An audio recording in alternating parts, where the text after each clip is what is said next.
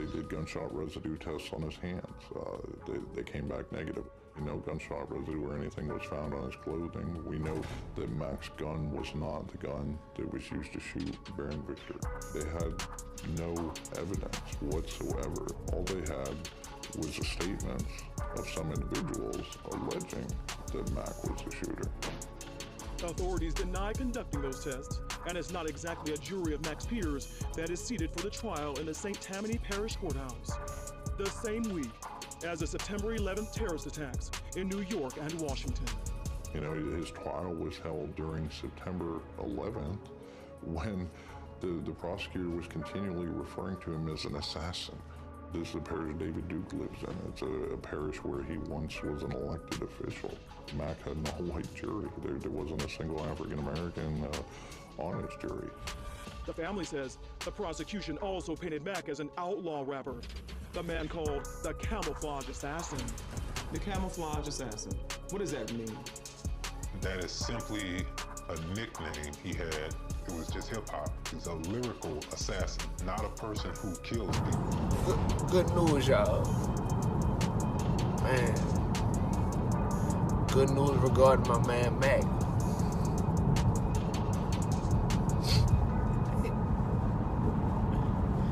He just got granted clemency. He gonna be coming home soon. I just watched it happen. I'm just happy for him, yo. It's been a long time coming. Just happy for him.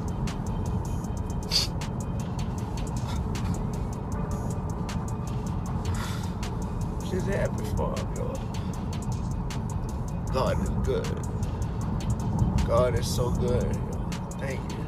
Thank you, God. Thank you, Jesus. Thank you, Jesus.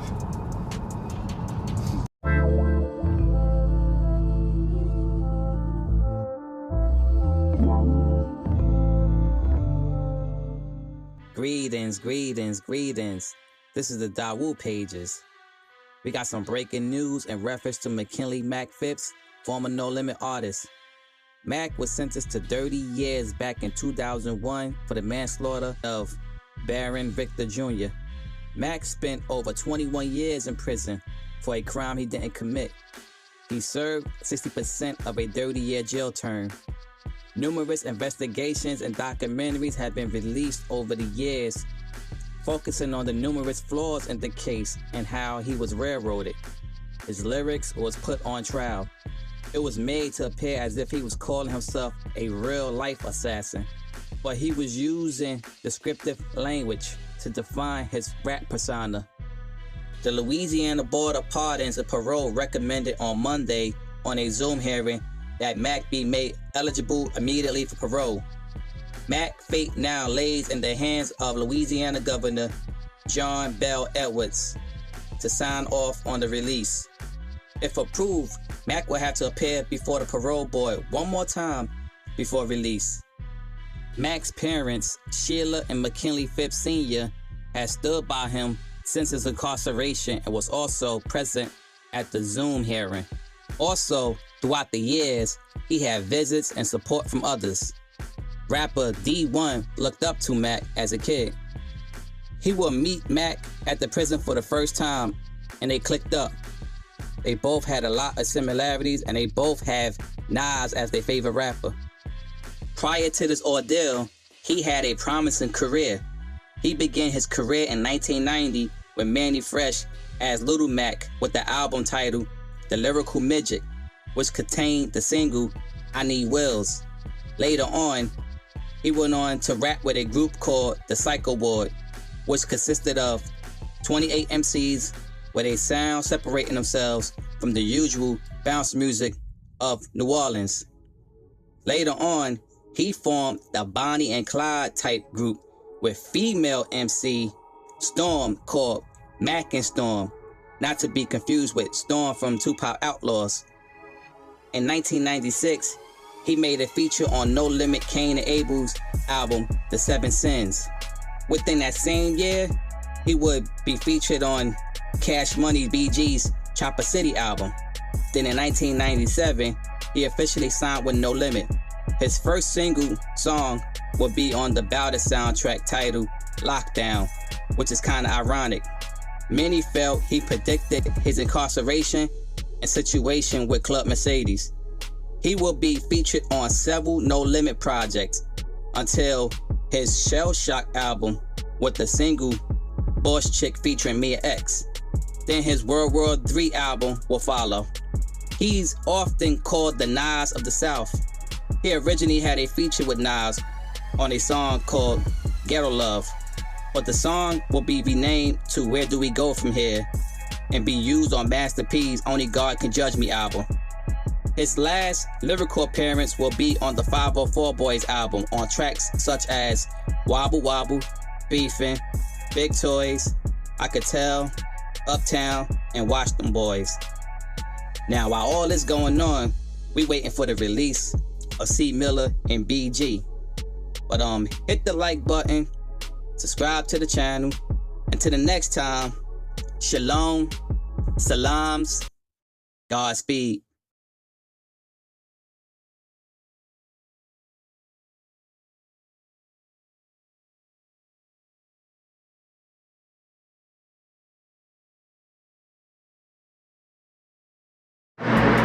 What up, Vito? This is Mac, brother. Just sending my love, man, out to you and to everybody out there. I also want to say thanks for the memories, brother. There's a lot of things I'm going to cherish for life. Some stuff I'll never forget, man. And, free C. Miller. Holla. Mac was the type who could blend street stories with a moral code, a sense of catharsis that you did not normally see in mainstream rap music. Mac was probably one of the best artists ever came to No Limit. And this guy, for us, was like our down south Nas. He was lyrical. He was probably one of the nicest guys I ever met. So when I heard the news what he was incarcerated for, it was a shocker. Like, this guy shouldn't be incarcerated. And I know that his music got him incarcerated, but they got the wrong guy. I mean, when you talk about assassin, you're talking about verbal assassin. We're talking about how he killed people with his lyrics. And I think the system mixed that up with what he is as an entertainer. Mac rolling New Orleans rap and still is one of the best that ever done it. Mac will always be stamped. He's New Orleans, you know, up and down. So when Mac came to No Limit, he had to kind of change and pretty much fit the system. Celia Mac #2, just that camouflage show. My daddy locked up, he don't deserve that no more. An innocent person on stage doing the concert, getting to the good part, that's when he heard them guns burst. He locked up for nothing and it hurts. It hurts, see me in the streets wearing a free Mac shirt. You have no disciplinary write-ups whatsoever. You have done well while you've been in prison, and you've taken some really good programs, and you've done some good things while you've been in prison that I think are very much to your benefit. And I would like to point out, and I would like to say to Mr. Kaplan, I appreciate the integrity that he showed today by stating his position. His job is a job that he takes very seriously. And I do appreciate the words that he says today. And his words today, I believe, show me the integrity of the man that he is. So, Mr. Kaplan, I appreciate the comments that you have made today as well. Based upon all of those things, Mr. Phipps, it would be my vote today to grant you immediate parole eligibility. Thank you, Mr. Marabella. Mr. Roche? Mr. Phipps, you have served over 65% of the judge's sentence. So basically, I'm going to vote along with Judge Marabella and vote that we recommend to the governor that you have immediate parole eligibility. Thank you, Mr. Roche. Mr. Wise? At this time, I vote to grant the community sentence 99 with immediate parole eligibility. I am saying this, there's a lot of stuff there that I looked at it, I just didn't know exactly what was going on, but I'm not here to retry the case. But today, I consider you very lucky. Thank you. So let me clarify, Mr. Wise, your vote was to commute his sentence, that he be immediately parole eligible?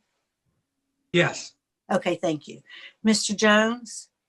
I'm gonna go along with my colleagues. I'm gonna take a chance on you today and wish you all the best. Continue the good work. You've done well since you've been incarcerated, but I hope you'll continue that good work on the outside, and good luck to you. My vote is to grant also. All right, Mr. Phipps, and I do concur with my colleagues based on the great contributions you've made to the offender population, as mentioned by Warden Michelle, through your community service, your excellent prison record. You have a low risk score. And family support, obvious family support. So I concur with my colleagues. So on your behalf, we'll make the recommendation to Governor Edwards that your sentence be commuted and that you be immediately parole eligible. Good luck to you, sir. Thank you all, and thank you all for this opportunity. All right. Good luck to you. Good luck to you. Thanks, everybody, for your participation today. And I think that concludes our business at Lafourche. So, Warden Davis, we appreciate you accommodating us today. We'll adjourn from there. It's 11:17. Yes, ma'am. Thank you.